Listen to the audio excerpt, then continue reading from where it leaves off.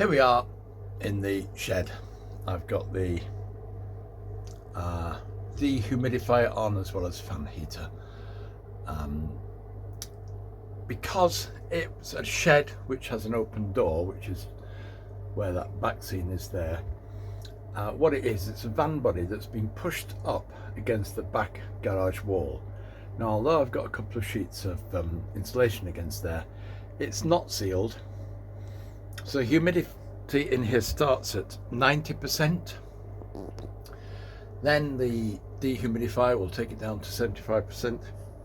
At the moment it's showing 62%, and that's partly because I've got the heating on as well, and it's heating the place up to 12 degrees. But turn it off, go away, leave it a day, and it's back up to 90% again. So the dampness is just creeping in. Anyway, so let's just swing round. There it is, shed layouts behind me, and I've put the work table over the top of the canal lock at that end. But where am I? I'm at this other end. So at this end, we used to have a sort of car park with a bridge onto it, which was in this position here. And I'd made it out of one of these very strong pieces of cardboard. It was a super strong cardboard box, multiple layers. Anyway, look what's happened to it. And you can see black mold on there. Now, I think condensation has even got through the insulation up here, because it's damp. There's been little bits of drips, not a massive lot of condensation. It has landed on there. This end is less bad, but I thought, oh, card modelling, I'll use card. Nope, it's got soggy and damp. So I'm replacing that now with some plywood. This is 6mm. I don't think it's 8mm. That sort of thickness of plywood. Yeah, it might be a bit thicker than that. Which I've cut to fit. I'm just gluing down the edges of the plaster bandage, which forms basically an unseen embankment on that side of the cutting. Because what I created with this was a cutting at this end, and I thought that it basically was just an open curve, and I thought, if I'm going to do anything, let's make it so that it's the track is going into a cutting, because we've got the elevated track around the back place there.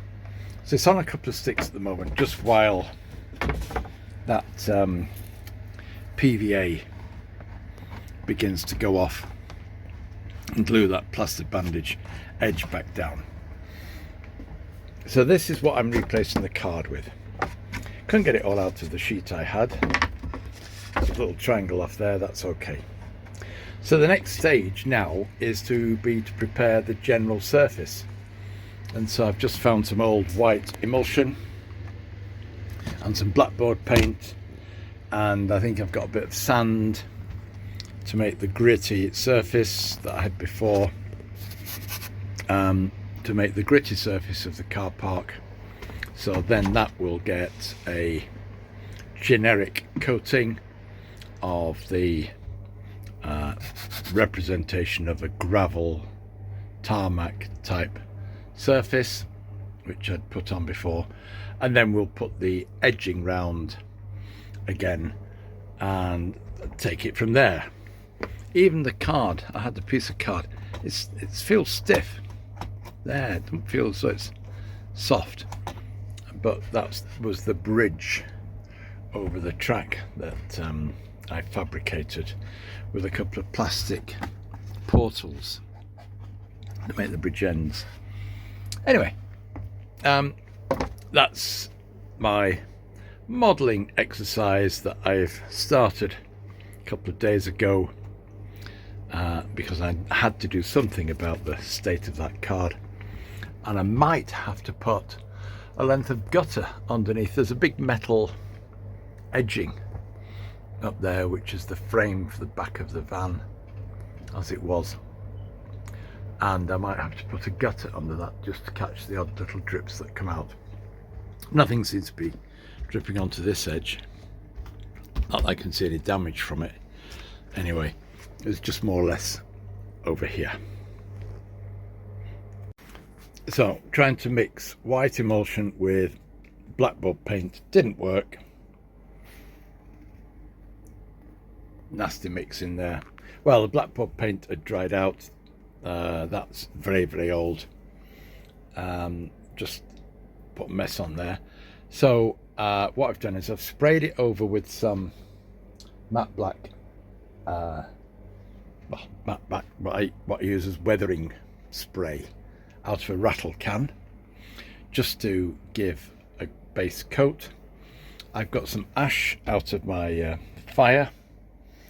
I've crunched up some coal, because I don't use coal actually, I use whatever those anthracite type blocks are. So I'm sprinkling the ash onto the wet paint here.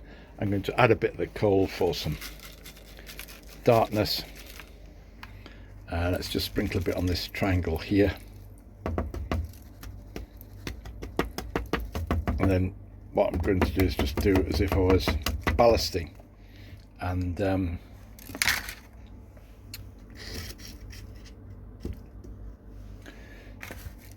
dribble some PVA on top. See if that will bind that together and give me a surface. It's out of scale, is that, because it's a bit rough. I've not filtered this.